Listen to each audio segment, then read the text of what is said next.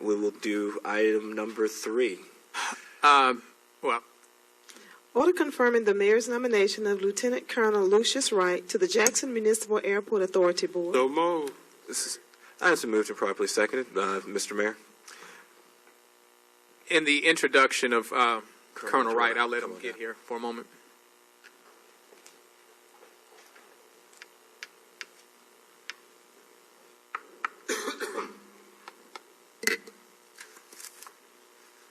In the introduction of Colonel Wright, I'd like to speak to the overarching theme of our nominations. We believe that the way we're going to resolve the issues in the city of Jackson will not be because one individual or even a council has all of the answers, but rather because we believe in the process of collective genius. That we will bring people to the table that can offer the solutions, and we will work through our problems collectively, and being willing to yield to greater understanding through that process. That is why we're happy to have folks, the individuals who have agreed to join us, and that is why we're happy to have Colonel Wright as our nomination for the airport board. Colonel Wright not only has served in the United States military and had the opportunity to fly, and he is a pilot and understands aviation. He has also committed his time to the city of Jackson. He is a person who fights diligently for the city. He is a business owner. He has served with our Jackson Public Schools. And so he is a person that I consider a comrade. He is a person that I consider to be loyal and strong, prepared to make the right decisions. And I would think of something to mess with him about, but I must honestly say that I don't think that we could have chosen a better selection. And so we're happy that he has agreed after pulling his arm a little bit. He's come a little reluctantly initially, but he's willing to do so, and so we're excited to have him aboard. Thank you. All right, Colonel. Button, huh? Mr. Priester and council members, I'm almost lost for words for how he approached me as saying that I'm the right guy for this job. You know, the mere fact that I understand the responsibility of the position that he's asked me to become a member of is just overwhelming to me. I know how important it is to a city like Jackson. And of course, I'm not a native Jacksonian, but it's my home right now. And when the mayor asked me about this, I said, Mr. Mayor, I'd like to do it from a different point of view. He says, no, you need to do it from the airport authority point of view. And I said, all right, if you feel that confident in me, I will give it my best shot. And that's all I know how to do. That's one thing I have given to the city of Jackson for the last 30 years is the best that I've got. And I will give the best that I've got to the airport authority if you so deem that is what you'd like for me to do. All right. Mr. Foote, we'll start with you. Sure. Colonel Wright, thanks so much for putting yourself up for this, your willingness to serve as airport commissioner.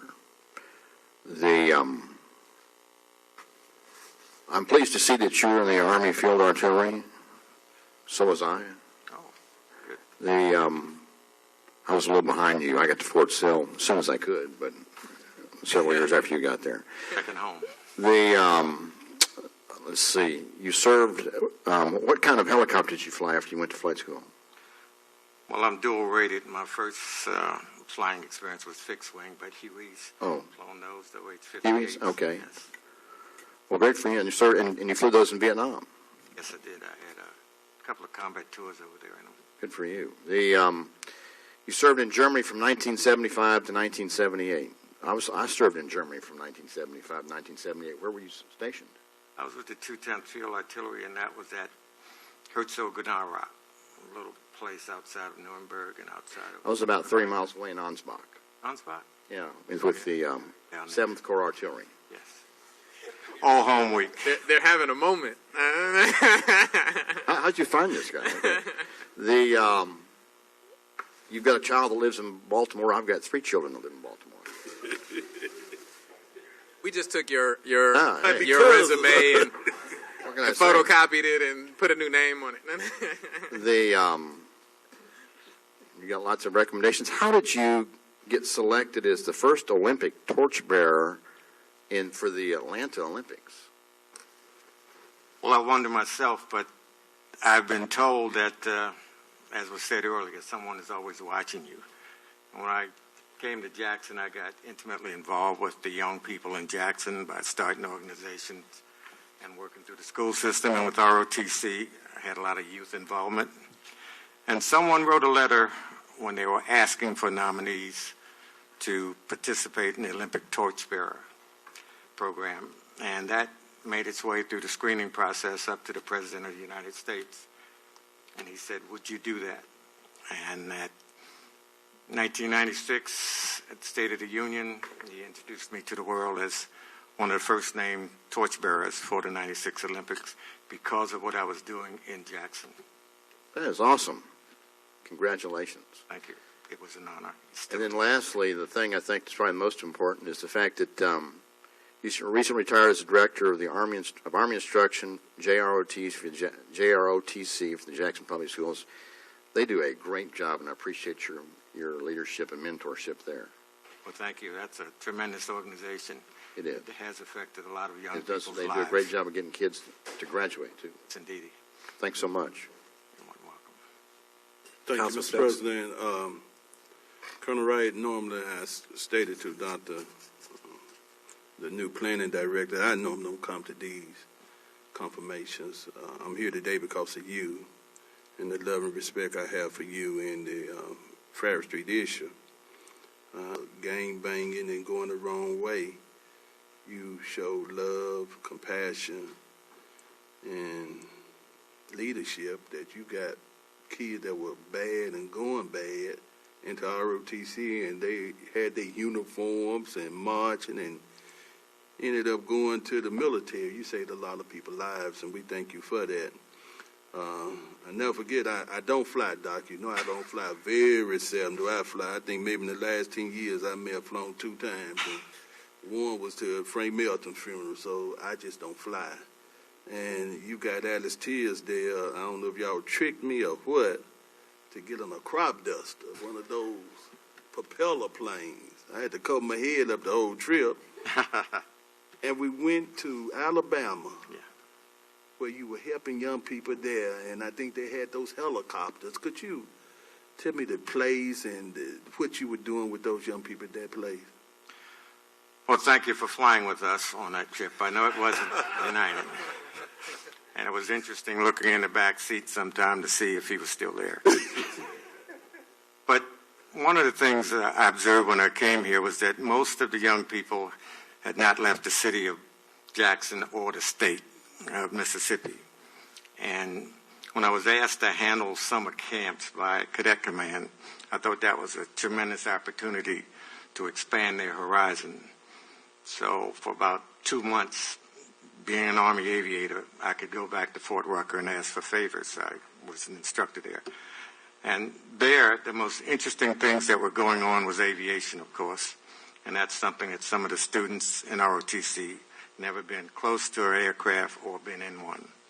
And I was fortunate enough to talk with the commander there, and he allowed us to have helicopters to transport the students around the base and let them become familiar with the military side of life, and especially aviation, since that was one of my branches. So a lot of effort, but the excitement was there, and I'd like to think that converted a lot of the individuals that came to the ROTC program to stay in it. Now, what was the base name in? It was Fort Rucker, Alabama, and that was the home of Army Aviation. Finally, Doc, the elephant in the room is this state takeover. And most people praying and hoping that it won't happen. What can you bring to the table to try to help the airport, number one, succeed, and number two, if the takeover will not happen, that we can grow the airport as a whole? What will you bring to the table? Well, other than my energies, I haven't been read in too much other than I've read in the newspaper.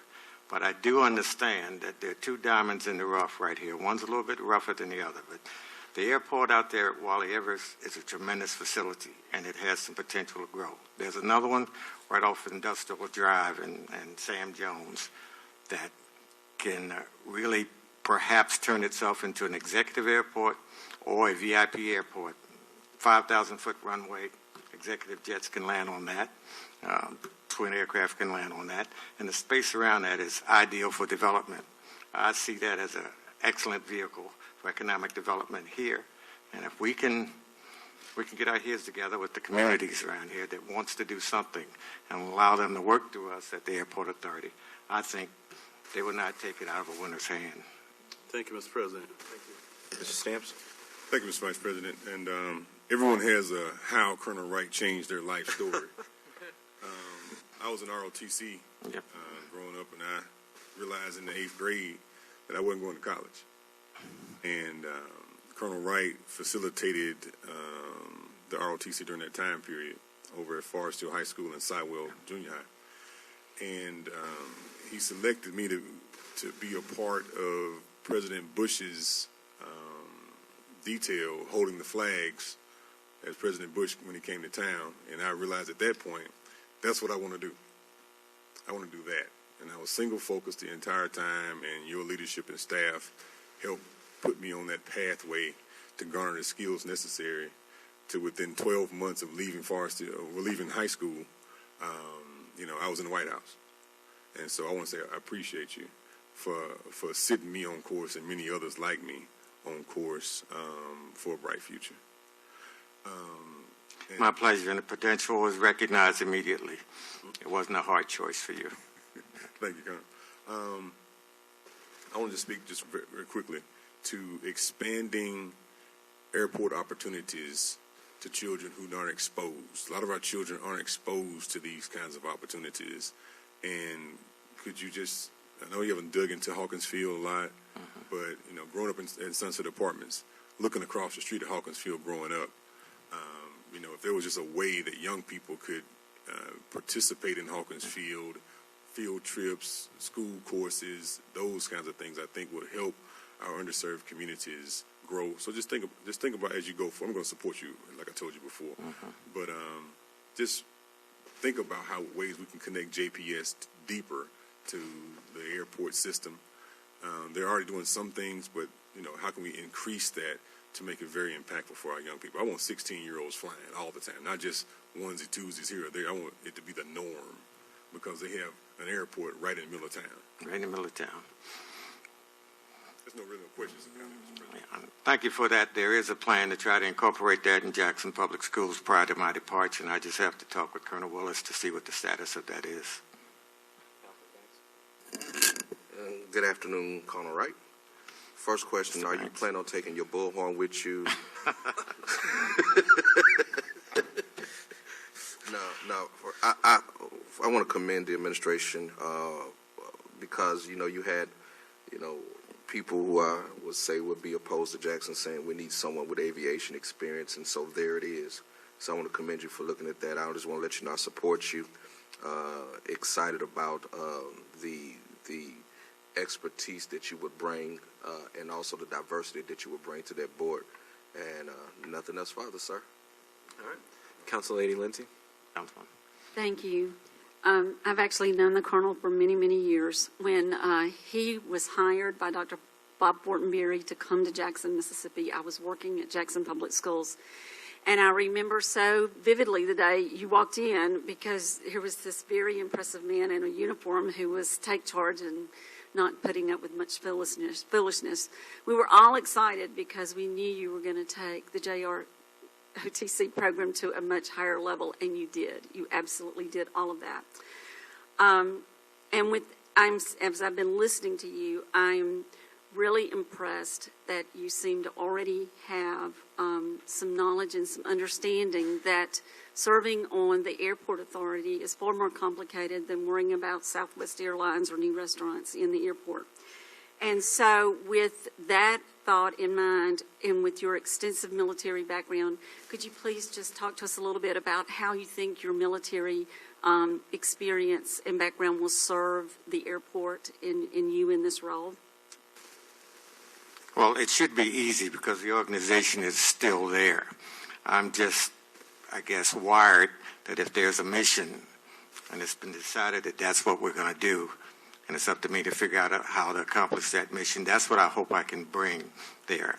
Although I know it's just adding icing to the cake because the people I've met at the airport authority, they're experts in their field, and I'm just going to go there with a blank slate, get as much information as I can, and then offer what I normally offer, some ideas that I'm willing to support, and make sure that my thoughts are in concert with their thoughts, and if they're progressive, and if they're good for the city of Jackson, we ought to have fun on that committee.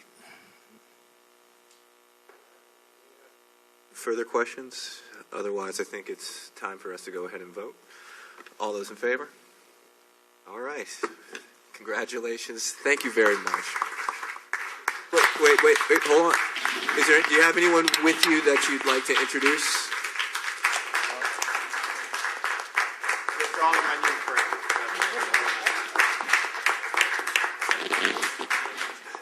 Let me personally say how excited I am that you are willing to serve, that we have so many boards, and it's a real challenge that the people who are most qualified have busy lives, that it's hard to get people to make that sacrifice. And so I just want to say thank you sincerely for doing this, because we really need your leadership. You're joining one of our best boards, in my opinion.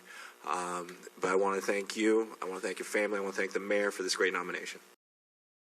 We've got a litigation update on one case, so I'd request that we go to executive session. Mr. Vice President,